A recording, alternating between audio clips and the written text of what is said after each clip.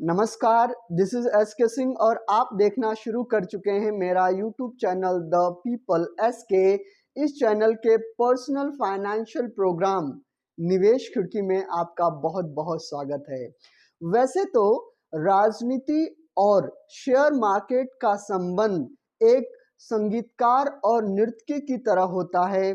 जैसे जैसे राजनीति थाप देती है वैसे वैसे शेयर मार्केट एक कुशल नर्तकी की तरह थिरकती रहती है। 2023 के अंत में 5 विधानसभा चुनाव के रिजल्ट के माध्यम से मोदी और भारतीय जनता पार्टी की राजनीति ने जिस तरीके का थाप दिया, उस थाप पर भारत का शेयर मार्केट उछलने लग गया। आइए हम जानने की कोशिश करते हैं कि आखिर में इस चुनाव परिणाम का आने वाले समय में शेयर मार्केट पर क्या प्रभाव पड़ता है। जो निवेशक ऑलरेडी निवेश कर चुके हैं उन पे क्या प्रभाव पड़ेगा और निवेश करते समय किन किन बातों का आपको ख्याल रखना है। अगर आप देखें तो जैसे ही 5 विधानसभा चुनाव के जो रिजल्ट आने लगे और मध्य प्रदेश, राजस्थान और छत्तीसगढ़ में भारतीय जनता पार्टी की प्रचंड जीत हुई, वैसे ही सोमवार को शेयर मार्केट उछलकर 68,865 पर बंद हुआ, जिसमें 1384 अंकों की उछाल देखी गई, जो 20 मई 2022 की 1534 के उछाल के बाद सर्वाधिक अधिक थी। अगर हम निफ्टी की बात करें तो निफ्टी 419 पॉइंट उछलकर 20,687 पर पहुंच गया। ये जो उछाल है वो एक सेंटीमेंट्स का उछाल था। जो लोग भी शेयर मार्केट में इंट्राडे ट्रेडिंग करते हैं या शेयर मार्केट को एक हफ्ते 10 दिन के सिनेरियो में देखते हैं, उनको तो इसका नफ़ा नुकसान का फ़ायदा हुआ होगा। लेकिन जो लोग जो लंबे निवेशक हैं, जो लंबे समय तक शेयर मार्केट में निवेश करते हैं, इस पूरे रिजल्ट ने उन निवेशकों को भी एक दिशा और दशा दे दी।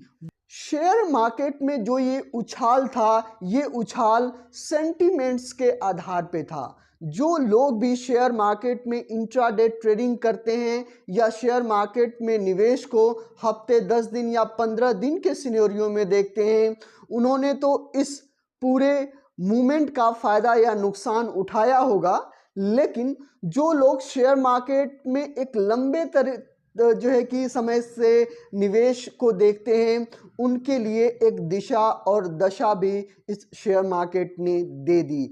अगर आप देखें कि जो लोग भी, जिन लोगों ने भी शेयर मार्केट में निवेश कर रखा है, खास तौर से उन प्रोजेक्ट पर जो ऑलरेडी जो पाइपलाइन में है, जो चल रही है, या जिनको ऐसा लगता था कि देश में मोदी सरकार रहेगी और ये जो कंपनी है वो ग्रो करेगी, ये जो बिजनेस है वो ग्रो करेगी, उनके लिए जो अनिश्चितता का जो माहौल था 2024 के इलेक्शन को लेके, वो क्लियर हो गया है। जो लोगों ने निवेश नहीं किया है वो लोग निवेश कर सकते हैं और जिन लोगों ने निवेश किया है वो लोग उसको होल्ड करके रख सकते हैं।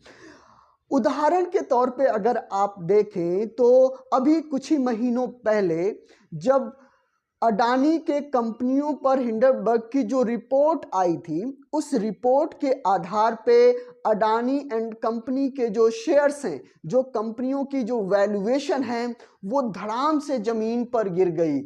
लेकिन जो राजनीति और शेयर मार्केट के संबंध को समझते हैं, जो राजनीति और जो कंपनियां हैं उनके संबंध को समझते हैं, तो उनको ये थोड़ा सा तो आश्वासन होगा ही उस समय कि जब तक बीजेपी सरकार है इंडिया में या जब तक मोदी सरकार है इंडिया में, तब तक यहाँ से अडानी को ख़त्म करने वाला कोई नहीं है।